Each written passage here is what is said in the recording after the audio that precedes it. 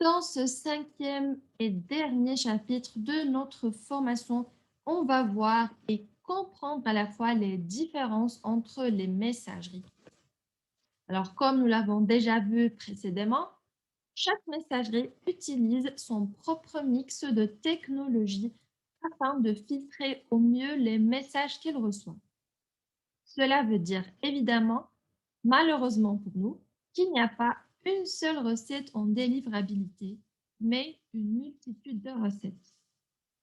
Il est donc important de savoir, même superficiellement, quelles sont les grandes différences entre ces messageries, où aller chercher de l'information et où aller chercher de l'aide. Commençons par identifier les principales listes noires. Une liste noire, quand on parle d'envoi d'email, est une liste qui recense des expéditeurs ayant des pratiques assimilées à du spam, ou pire, à de la cybercriminalité. On trouve donc plusieurs types de listes noires. Certains recensent des adresses IP, d'autres des noms de domaine.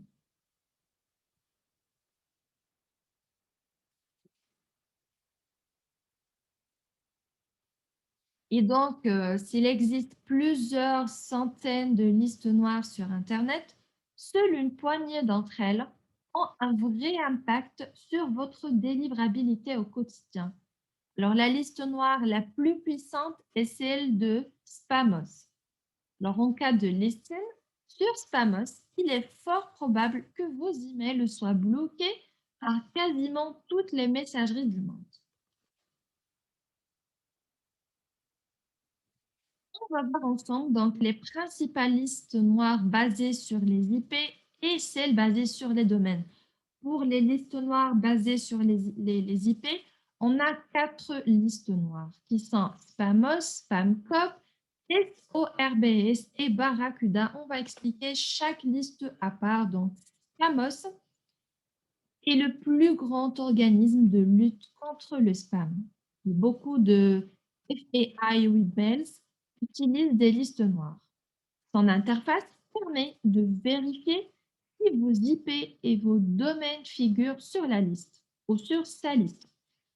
On va faire comme au SpamCop. Alors, SpamCop est un service gratuit fourni par Cisco qui permet aux personnes de soumettre un spam.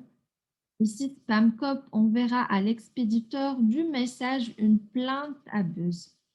SpamCop dispose de son propre réseau d'adresses spam traps. Passons à SORBS. Alors, SORBS est une liste noire propriété de Proofpoint et liste plus de 12 millions de serveurs connus pour envoyer du spam. Finalement, Barracuda. Donc, Barracuda est la liste noire gérée par l'entreprise Barracuda.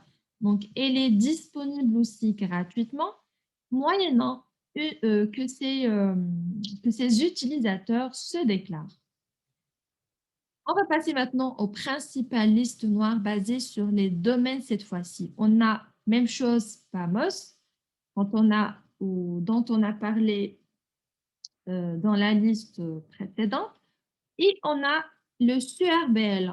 Et SURBL, donc, c'est une liste de sites web qui sont apparus dans des messages considérés comme du spam. Ce n'est donc pas une liste d'expéditeurs d'emails. Ensuite, on a le URIBL ou le URIBL. Alors, c'est une liste des noms de domaines qui sont apparus dans le corps d'email considérés comme du spam aussi.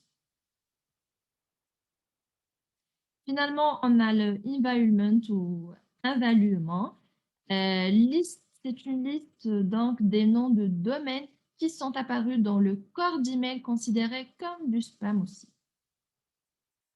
Alors, je mentionne qu'il existe en fait de nombreux services qui vous permettent de vérifier la présence ou non d'un domaine ou d'un IP dans une liste noire.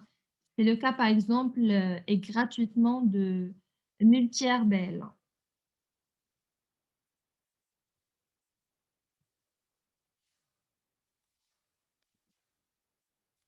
Deuxième partie de ce chapitre, il faut optimiser la délivrabilité selon ou selon votre messagerie, bien sûr. Alors, lorsque l'on parle de Microsoft, on parle principalement de la messagerie grand public, par opposition à Office 365, qui est la messagerie que Microsoft met à disposition des entreprises. Microsoft utilise des données comportementales, mais aussi des panels utilisateurs, en plus des signaux universels, afin de construire son score de réputation. Alors, celui-ci est principalement basé sur la réputation au niveau de l'IP.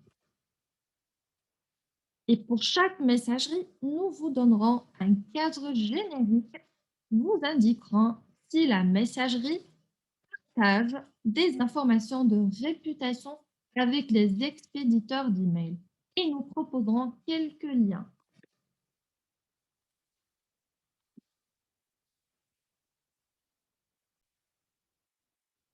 Sur ces slides, on peut voir donc des exemples de liens pour Microsoft. Je vous laisse le temps de les voir et les comprendre un par un.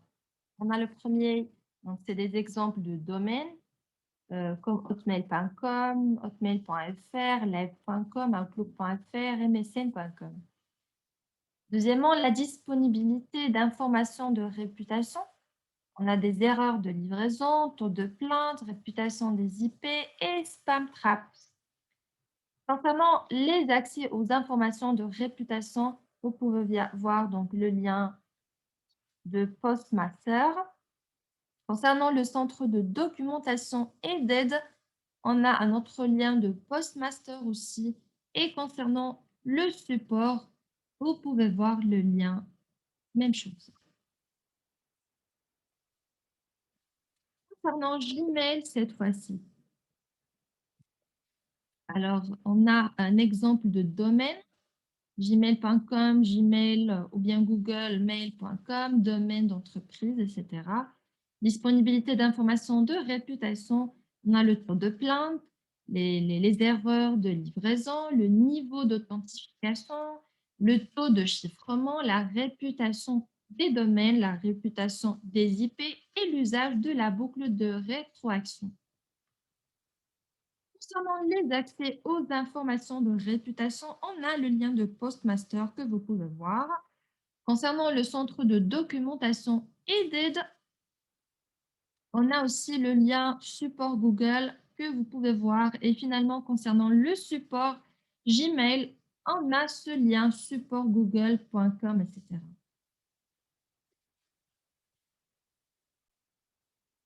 Concernant Yahoo, cette fois-ci, donc l'étiquette Yahoo regroupe maintenant les différentes entreprises de Verizon Media ou bien comme AOL et Yahoo. Donc, ces entreprises utilisent des données comportementales et apportent une grande importance à la qualité des liens contenus dans les emails. On peut voir même chose pour Yahoo, donc un exemple ou des exemples de domaines. On a yahoo.fr, ymail.com, yahoo.com, aol.com. Concernant la disponibilité d'informations de réputation, il n'y en a pas pour Yahoo pour le moment. Le centre de documentation et d'aide, on a un lien Postmaster aussi de Yahoo. Et concernant le support, on a un lien helpyahoo.com que vous pouvez voir. Arrivons à Orange. Alors, lorsque l'on parle d'Orange, on entend les services email grand public d'Orange, principalement utilisés par les clients de l'entreprise.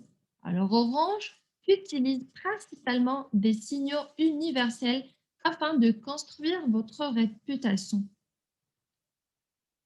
Passons aux exemples de liens maintenant. Pour Orange, même chose, on a des exemples de domaines comme orange.fr ou wanadoo.fr. Il y a plusieurs en fait, personnes qui ne savent pas que Wanadoo appartient à Orange aussi. Alors, deuxièmement, on a la disponibilité d'informations de réputation. Donc, c'est le volume de plaintes et de spam traps touchés par jour et par adresse IP. Troisièmement, concernant les accès aux informations de réputation, ça se fait via signal spam ou votre routeur. Concernant le centre de documentation et d'aide, on a donc le lien vers l'assistance Orange qu'on peut voir.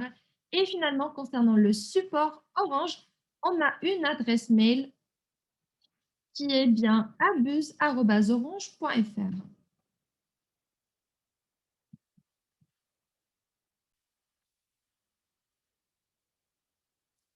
En ce qui concerne Free ou Free, donc Free, en français regroupe les webmails de l'opérateur et de toutes les entreprises qu'il a rachetées dans son histoire.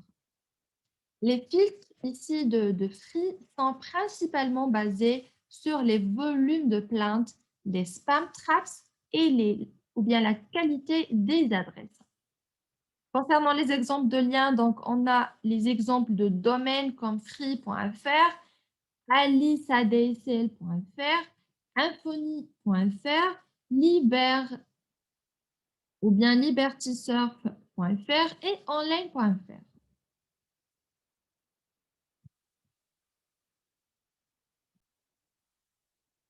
Concernant la disponibilité d'informations de réputation, donc on a les informations sur le blocage ou non d'une adresse IP qu'on utilise.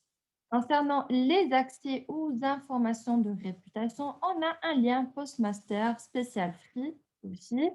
Concernant le centre de documentation et d'aide, on a un lien Postmaster free pour ça. C'est le même en fait qu'on utilise pour les accès aux informations de réputation. Et concernant le support de Free, on a une adresse mail postmaster@proxad.net. Maintenant, concernant la poste.net, donc webmail, propriété de la poste. Ces filtres sont principalement basés sur le volume de plaintes et sur la qualité des adresses. Comme exemple de domaine, on a laposte.net. Concernant les accès aux informations de réputation pour la poste.net, ça se fait via un signal spam ou votre routeur. Concernant le centre de documentation et d'aide, on a notre lien Postmaster de la Poste. Et concernant le support, on a un lien de support postmaster.laposte.net et vous pouvez voir la suite du lien donc, sur la slide. Et finalement, pour SFR, donc SFR regroupe les webmails de l'opérateur et de toutes les entreprises qu'il a rachetées dans son histoire. Ces filtres sont principalement basés sur le volume de plaintes et sur la qualité des adresses. Comme exemple de domaine SFR ou SFR, donc on a sfr.fr, 9.fr, 9online.fr et 9business.fr. On a aussi cgtel.net, club-26 internet.fr et cario.fr. Pour les accès aux informations de réputation, ça se fait via signal spam ou votre routeur. Concernant le centre de documentation et d'aide, on n'en a aucun malheureusement pour le moment pour SFR. Et concernant le support SFR, on a aussi une adresse mail qui est bien cellule-abuse@sfr.fr.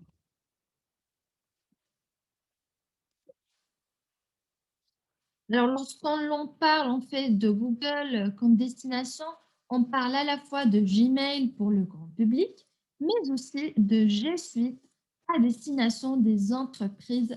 Donc, Google utilise intensément les données comportementales dans la construction de ses scores de réputation. Alors, ceux-ci sont principalement basés sur la réputation du domaine et des adresses IP. L'empreinte des messageries a aussi une grande importance, comme on vient de voir. Et donc, à la fin de ce chapitre, en résumé, on a vu principalement 3 points qui sont bien. Que chaque messagerie utilise des recettes différentes pour filtrer le spam. Deuxièmement, que les listes noires recensent les acteurs de mauvaise qualité. Et troisièmement et finalement, que la liste noire la plus puissante est Spamos. À la fin de cette formation, donc je vous félicite, vous êtes arrivés donc à la fin de cette formation. Vous connaissez désormais toutes les étapes clés d'une bonne campagne d'emailing. Je vous souhaite une belle réussite dans votre projet et je vous propose à la fin de cette 5e et dernière partie de notre formation emailing de passer ce quiz pour évaluer vos connaissances.